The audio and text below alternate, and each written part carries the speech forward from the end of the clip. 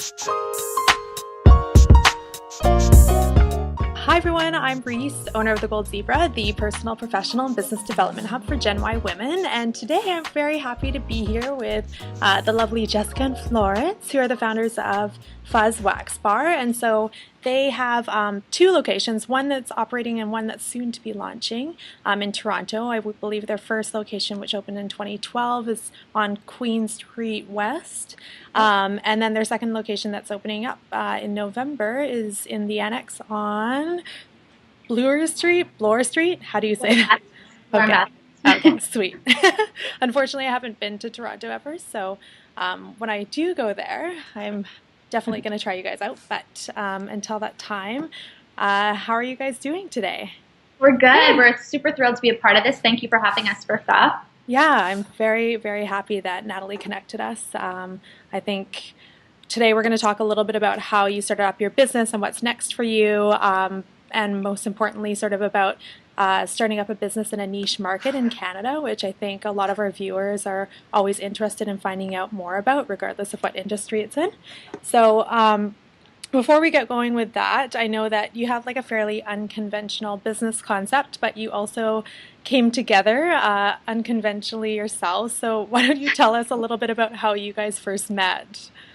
So Flo and I actually both live, so you said that you're not too familiar with Toronto. No.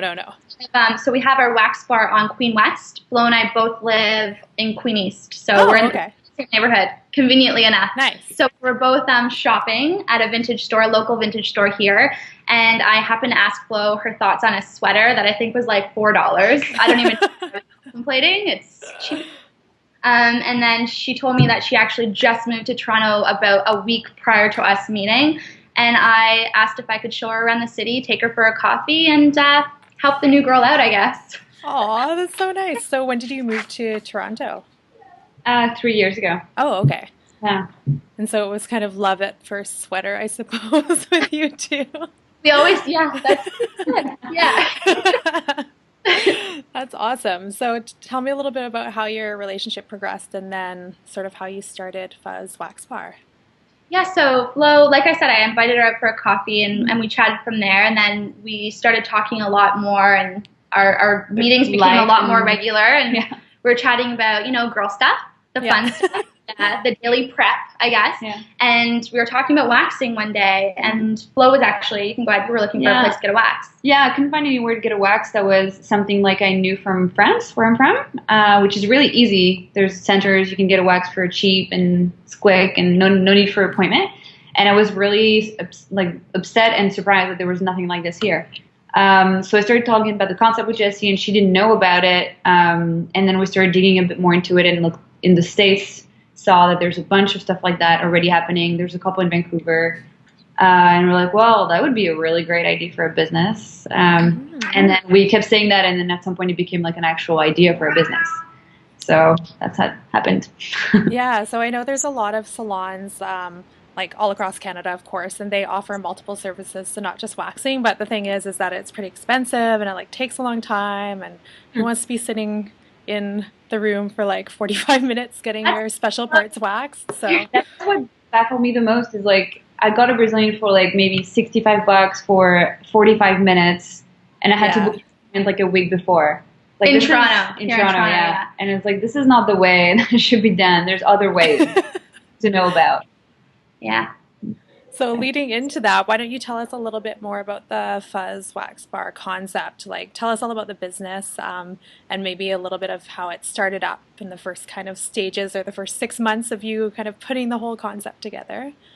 Yeah, so Fuzz Wax Bar is a salon solely dedicated to waxing for ladies and gents. So with that being said, what we wanted to create was a fast and affordable and efficient place where people can just sort of step in and sort of walk out without having to book their appointments necessarily around their estheticians. They can just go when it's convenient for them. So trying to also create the ultimate convenient waxing experience. So not so much just affordability, and convenience, but just right now, basically when we're doing our market research, because Flo and I both, we don't have any business background, Okay. and we're both not estheticians. So this was a very new, when we say new adventure, the entire thing was very new to us. So our market research did so much for us. And throughout that market research, we learned that a lot of the women in Toronto are booking their appointments around their specific estheticians. So they wouldn't go for a wax if their esthetician wasn't available. They would hold off. Yeah, because it's like a personal relationship you're building essentially, right? Because you're getting really intimate areas waxed. So, but at Fuzz Wax Bar, we try to change that a little bit. So waxing, all of our girls do one thing, and they do it really, really well. Sometimes we do up to 30, 35 Brazilians a day, minimum. Whoa. So our girls, so we wanted to create somewhere where a girl can walk in and feel confident to know that although she might not have a personal relationship with this person, she knows that she's a professional and she knows what she's doing. Yeah, so a lot of people I've interviewed, it's a lot about customer service, right? And just building that rapport with your customers, which I guess we can talk a little bit about later with your membership program that you've started. But why don't you said that you didn't really have backgrounds in both waxing or business. So did you guys go to school, or what did you study, or what were you doing before you started your business? I actually have a master's in film and television. Oh, no way. That? Yeah, we're both pretty random. And myself, I was in event planning, so it's also has nothing to do with this. Yeah. So. Which is what led us to sit down a lot at coffee shops and talk about business ideas, because we had time on our hand. We were freelance. Mm-hmm. And so we were going from projects to projects, so that gave us time to do that. And to actually start researching, we didn't stop working right away. We did a lot, like 8 months of market research before we opened Fuzz. So it started out with an hour together, and we just sort of talked about it. 1 hour became 2 hours, and then it became like a full day in a coffee shop, sort of like doing our market research and working hard together to like create this brand that we weren't sure if it would really become a reality. Yeah. But then got so far in 6-8 months later, we have created this fabulous brand, Buzz, and we're like, well, we're kind of too far. We got to go ahead with it. So we're really excited when you devote that much time, and we learned so much again through our market research. So it became really real. So we stopped working on our other jobs. We and let just that go. concentrated on that completely. But still, like, that must be terrifying just to fully commit and like let your regular income go and just I don't know, invest in starting your own business. Hey, I think we were so damn confident about this that it wasn't that terrifying. It was scary, but in another way, we were very, very sure that this was going to be something big. Okay. We don't know where it came from. We just knew it was going to work. Like Flo briefly mentioned before, it was a concept that was all over the States and growing rapidly. Like they're all over the States, they were all over Europe. And I guess it was that need to fill something that's not here, like find a need. And we could relate so closely to this because I think every girl can actually relate to that back door in like a nail salon experience where like you just go in, get it done quick, and like she closes the sketchy curtain. That's where our relationship was when she was looking for a wax, and I didn't really know. I've lived in Toronto my whole life, and I still couldn't tell her a decent place to go that were up to my standards. So we were like, that's weird. I've lived here forever, and why can't I refer you somewhere? So let's talk about this a little bit more. People needed it. Yeah. That's very smart. So I definitely find in Canada we're like late adopters of a lot of businesses, whether it be service-based or just like technology, and especially on the West Coast. But that's really cool that you're able to kind of identify a niche and then just really go after it after doing your research. But again, a lot of the people that I've interviewed in the past like definitely stress how important it is to do your market research before committing to starting a project, right? It's number one. When you want to open a business is knowing your competition, knowing your market, knowing what you can afford, where you're going to put the money, and also branding for us was extremely important. Most of the time was built on not only did we want to be Toronto's first wax bar, but we wanted to come out with a really great brand that would allow us to expand and sort of grow. Okay, so was it difficult for you to really focus and hone in on this original vision, or did you have like other ideas for businesses you wanted to start, or was it always a wax bar? It was always a wax bar. Yeah, that's very cool. Yeah, it hasn't changed. Yeah. Like you said, we obviously got our inspiration from already existing wax bars abroad, and then of course the people like Blow Bars, the leaders in the industry that actually started this niche concept of doing one thing and doing it really, really well. And then there was the nail bars and the lash bars and the hair extension. And we sort of saw this growth while we were creating our brand. So it was getting us really excited. So you can imagine we're creating a new concept, but along with us doing that are other bars popping up. So we were like, oh, this is going to be good. So we were like, our fingers were crossed the whole time that another wax bar wouldn't open up. We thought it was just like, it was just time. Like there was going to be another wax bar. And then after we opened, several popped up in the city. So we were like, months after, like it was really, like, it was too bad we can't patent this. yeah, exactly. But so yeah, right after we opened up, there was, I think it's good to be the leaders in a really, really niche industry as well. So we got that title at first, and we're pretty excited about it. But it's really rare to have to be able to think of a concept that doesn't exist somewhere. That's why, to your question, do we think about doing anything else? No, because it's again, that's really, really rare. So why not jump on that and stay on that? So what were some of the, like, what would you say was the most challenging part of starting it in terms of just lack of knowledge on actual, like, waxing processes, how to hire people, how to design a space, how to put together your brand? It's really hard. We get that question a lot, and it's kind of hard. It's somehow a hard question for Flo because the process to creating Fuzz was a lot easier than we would have expected. Everything's happened really like in increments, like in steps. And I think like it came to a point where it sort of all fell together like this. And that's what they say in business that we learn. Like once you get so far, it just sort of comes together. It's meant to be, it happens, right? And it's research. Like if you ask the right questions to the right people, you'll find the right answers. It's just, I think what was the most difficult for us was financial.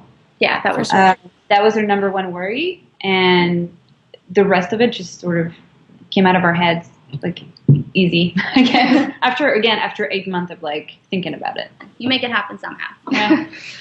Yeah, I think it's really cool. And it's definitely a great message that I want to stress to our audience is that if you have enough like undying passion for whatever your craft is, like it will happen because ultimately like your positive energy is going to feed other people to find you the right resources you need to start up that business, right? It makes people believe in what you do, so they're more happy to give you some money. Yeah, well, they're more inclined to help anyway, whether it's financially or just giving their basic opinion and feedback on your product and what you're going to be selling. We got that a lot. We found that when we sat down in front of people, this was a new concept, so we had to sell it a little bit. Flo and I, because it's like, what's a wax bar? That we had to answer that, and we got told so many times that it was our passion, and people are like, I don't know what you're talking about, but your passion is speaking like loads. So I'm super excited about it. And they actually did want to help us because we were so excited about the concept. Yeah, and I don't know if it's just a Canadian thing, but again, I've definitely found on the West Coast, like if you make the ask to people, they're usually willing to help you. It's just kind of building up the courage and finding the right connection or way to get through to them to really like show your passion. And it's amazing what like other businesses will do if you ask for their help. And it's also like looking at solutions for going the cheaper way. Like we didn't have money, so we didn't spend money. Like there's always you can create your business without having to spend $1 million on it. Yeah, but I think the key thing is that you still need to make sure that you're really like precise with your brand, right? And like obviously you guys have done a really good job with building your brand from a marketing perspective as well as a business perspective, but didn't have to sacrifice millions of dollars to do that, right? So kudos to you. Speaking of marketing, why don't we talk a little bit about sort of marketing to your niche? Like when you first kind of opened the doors to your first store, what sort of marketing tactics did you use to promote the fact that you were opening? Well, the main marketing drive for us when opening would be the fact that we are Toronto's first wax bar. So that worked as well as we thought it would be. Everybody loves a new concept. They want to be a part of it. They want to be involved. So that created its own really great buzz. And we knew that it was a guess, just like we thought this entire business model was. But we thought, okay, this must work in our favor. And it did. Flo and I remember the first day we opened the door, a new concept in Toronto, and we got our first client, and we nudged, oh my God, it worked. We're walking in. So to start, if you're talking about the very first beginning stages, we didn't do much to actually promote the concept. We knew naturally that would take off on its own because it's never been done before. As time progressed, we definitely were heavy into social media and always continuing to keep up with new promotions and exciting ideas for new clienteles and how we can continue to bring them in. And when we're opening, we also, you probably know that we're very unisex as well. So our main drive was actually, we know girls are going to want to come in and get a wax naturally because they know about waxing, but it's how we're going to market to the gents. So we've done a really good job at doing that through our design of the wax bar and how we sort of place things on our menu boards. And guys were coming in as well too. So it's nice. Really exciting. So we got the attention that we wanted, just not even from females, but from males and females, which is really great. So one of the questions that I guess we get asked quite a bit at the Gold Zebra is, do you need to have big marketing dollars in order to really market your business? I think it depends what you do. Yeah, it definitely depends. Because we had that end of being the first. We created a buzz, like on social media. We had journalists come and, wanted to do editors and things media. on us. Yeah, because it was new. But ultimately, if you have like a really good hook, then it's going to be able to help you. And again, you're not having to spend millions of dollars on marketing. So for like this 3,000 like hair salon that opens in the city, then you're going to need. You probably need marketing dollars. Yeah.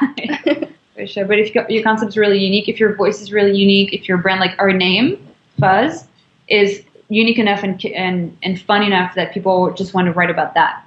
And when they were just interested by that. So there's a couple of different angles we can take to be more interesting than the other hair salon around the corner, but. And with that being said, we knew that being the first isn't always it's gonna fade like everything else, right? So we knew that it was very important that we do get assistance when the time is needed. So about 5 months into the opening, after the opening of Fuzz, we decided to bring on a really great Toronto-based PR agency, because we know that not only sometimes it's not. I mean, literally 2 months after we opened, 3 other wax bars popped up. So we're like, okay, up the momentum of being the industry leaders. So then we took a really great PR agency on board, and it was worth the money spent. It's a risk financially for any young business to do that, but we didn't spend any other money on anything else but PR. And for us, that was important, PR, because beauty magazines and all that stuff, it depends what you're selling, really.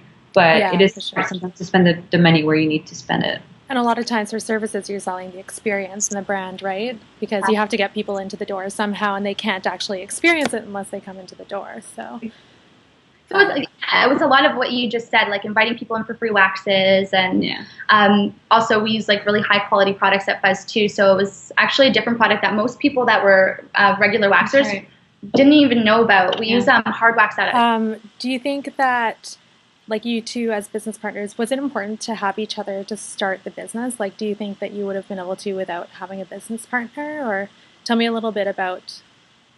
One thing is not having any background in business or aesthetic. It was definitely a relief. And it was both of us didn't have any background experience. It was great to be able to talk about it and be on the same level. Most importantly, like that you both have the same end goal, and you bring equal amounts of experience to the table. So that was really great. But also not only different experience, which is great. Yeah. It's like being different background, different, like we did different work. We have very different everything, pretty much. But like we bring different things to the business, which is great. That's what you need to find a business partner for. Is if you're both good at the same thing, then what's the point? Yeah, exactly. Yeah, I think that it just worked out for Flo and I in terms of our personal attributes. But I think that having a business partner, for me, I really enjoyed. I think it's great because, especially when you're doing something that you don't know about, like you need that sort of. We've had to talk each other through a lot of hard times, and it's great to have that partner to turn to. People that sort of go in it on their own, I admire them. Yeah, it's hard. But I think that a business partner definitely makes it a lot easier. To make decisions, like even down to like our name, it's a risk. You take a risk being called Fuzz Wax Bar. So we had to talk a lot about that, and finding that on our own and deciding that on our own is really, I think it's very stressful and very difficult. You're always going to doubt yourself. Yeah, I think another great thing too is like having that mechanism to bounce ideas off each other, right? And get that reinforcement, and also have somebody to hold you accountable to actually get stuff done. Because as much as you want to be accountable to yourself, like ultimately you can be like, well, I'm not going to do that today because I just don't feel like it. And Flo and I, like, our dynamic works so well. Like, of course, you have down days where, like, oh my God, this just isn't working. And it just so turned out, like, when Flo would have, like, a down day, I'd be like, no, we're doing this. We've come way too far. And then she'd be like, you know what, you're right. And then when I would have my down day where I'm just like, you know what, this is hard, she'd be like, no, we're doing this. So, like, that dynamic alone was, like, it's priceless. It really worked really well for creating the Fuzz brand.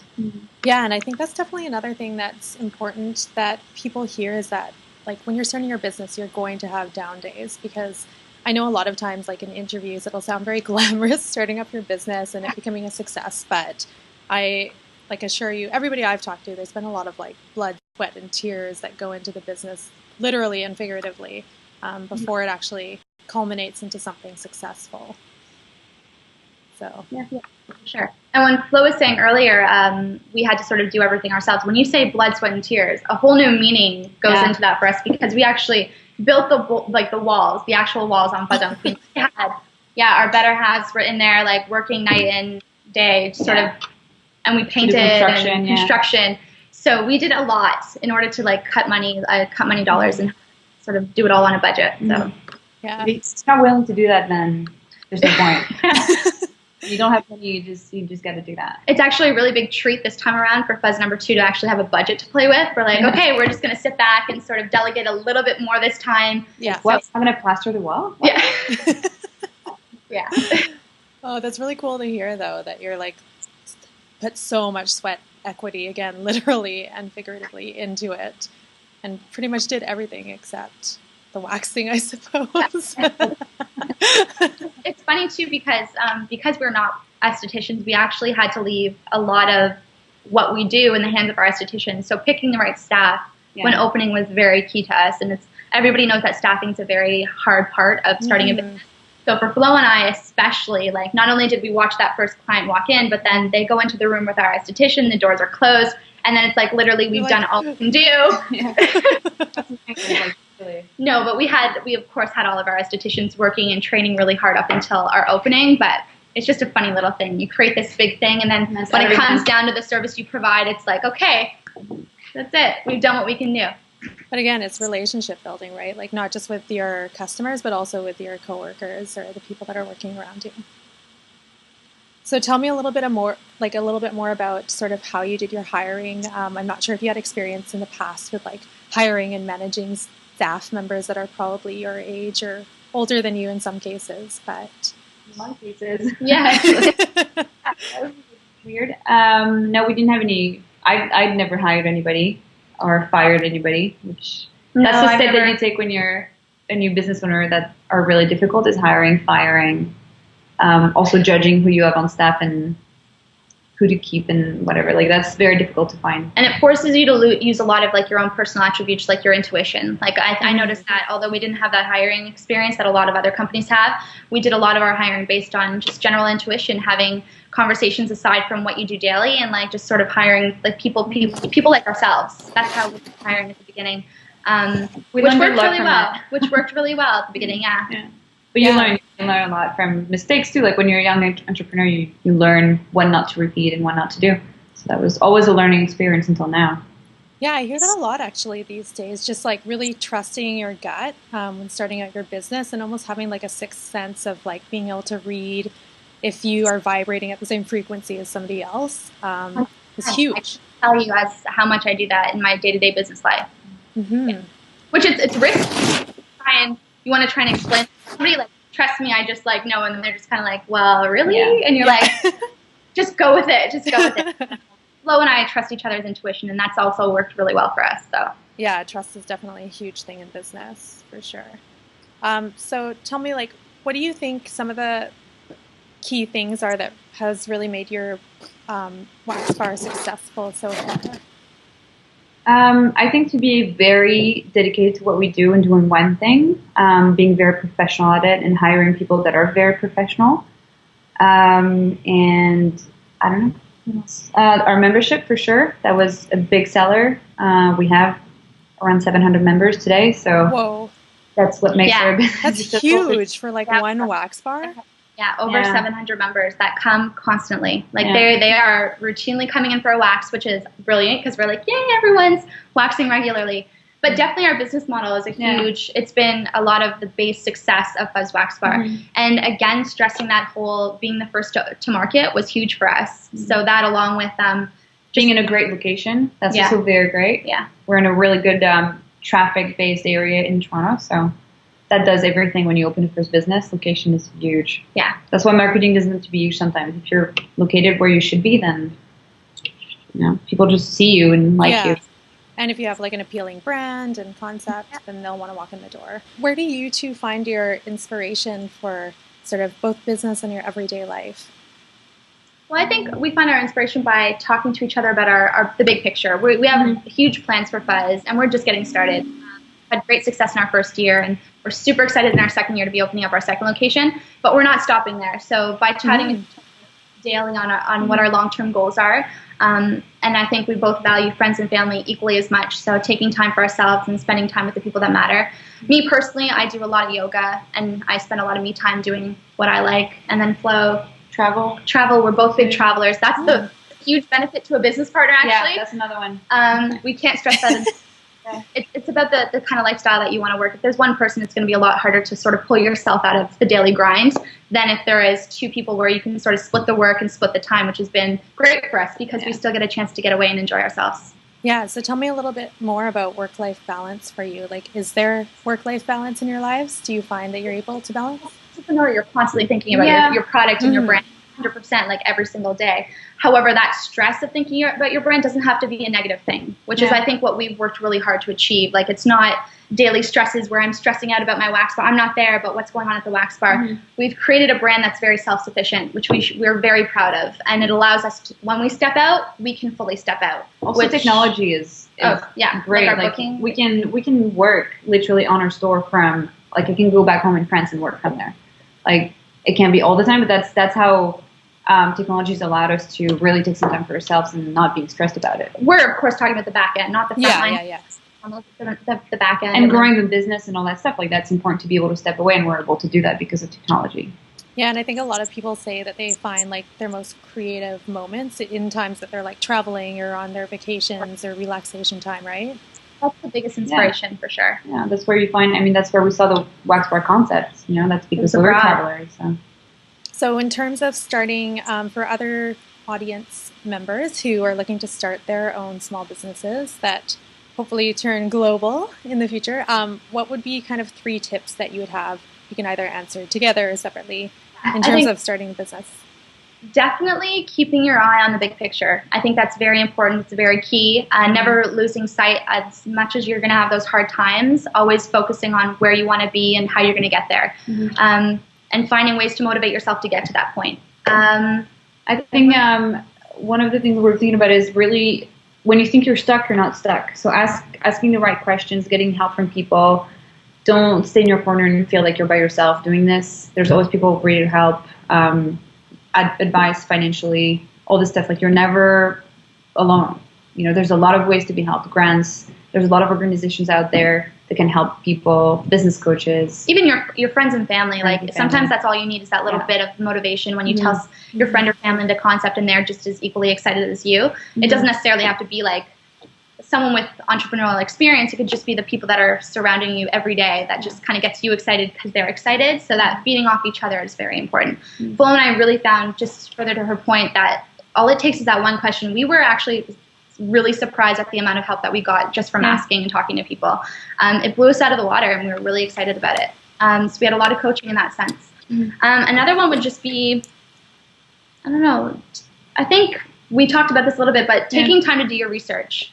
I don't think that you could do enough research. I think the amount of hours that we spent really knowing our market, especially because it wasn't our strong points and the backgrounds that we were coming from, really paid off for Fuzz Wax Bar. And creating something that's different in that sense, also researching to create something that's different than what already exists.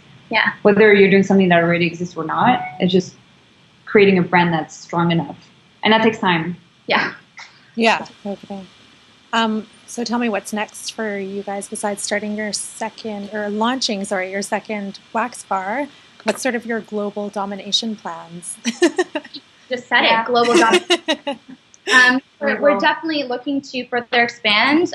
Again, we're creating not only that ultimate community waxing experience for our walk-ins, but for our members. It's important for us to expand to accommodate them because, like you said, Queen Street is our smallest location, so we're constantly, it's on our mind to expand. So Flo and I are looking into our 3rd location and our 4th location. But with that aside, we also have little smaller projects that we're working on, like product development and super fun things that we actually have a little bit of time to focus on now. So I guess the very last question I have for you two is a question I ask quite a few of the young entrepreneurs, but what would you tell sort of the 21-year-old version of yourself in terms of business and life? I think for me, it's definitely stay passionate about what you're doing and have fun. Don't take yourself too seriously. There's moments where you find yourself having to be in this like business mentality, but I personally feel like you can still do that with a really fun and open mind. So just sort of having fun and enjoying yourself, and don't take yourself too seriously. That's for me. Yeah. I don't know, very similar. Liking. No, I'm thinking just don't worry so much. I mean, 21 is really young. There's a lot of things you can do. When I was 21, I was studying marketing and Oh communication. God, you're making us feel old. We're not that old. No, but I mean, that's what I mean. I'm not old, but yet I was having a completely different life. Communication, marketing. Went into the movies, and then now I'm an entrepreneur. Like, don't worry about the future. Like, you'll know what you have to do when you have to do it. That's great. Thank you so much, you guys. I just wrote down a couple notes. I guess I kind of have 5 things to summarize some of the key points that we talked about today. So one of them is definitely to maintain your passion for your craft and kind of follow where your passions lie. Second, do your research. You can never do enough research. So important to make sure that you're ensuring that the market you're trying to enter into is going to be a good one, and so it can facilitate your success. Don't be afraid to make the ask. So ask lots of questions. Don't feel bad about doing it because people genuinely want to help other people. I guess 4th is stay true to your brand and niche. So really try and stay focused on what you're doing best again and what you're most passionate about. Or else if you have all these other side projects and stuff, they're just going to distract from your ultimate vision. And lastly, try and be different or unique or first to market, because that's really going to help again to promote your company or your concept. And just having that differentiation factor is key to really excelling, whether it be in a niche market or kind of a global domination. So, yeah. You nailed it. Yeah, you were just sweet. making points. You're good. You were You're listening. I was. Now I need to go and get a wax. Yes. I will bring the wax bar to Vancouver and have a wax. Yeah, or I'll have There's to come no over to excuses. Toronto. Can you imagine? That would be so funny. Well, thank you so much. I really appreciate you guys taking the time out of your busy schedules to chat with me today. So if you have questions for Flo or Jessie, or Florence and Jessica, we'll make sure to put them down through your Facebook profile on our comment section.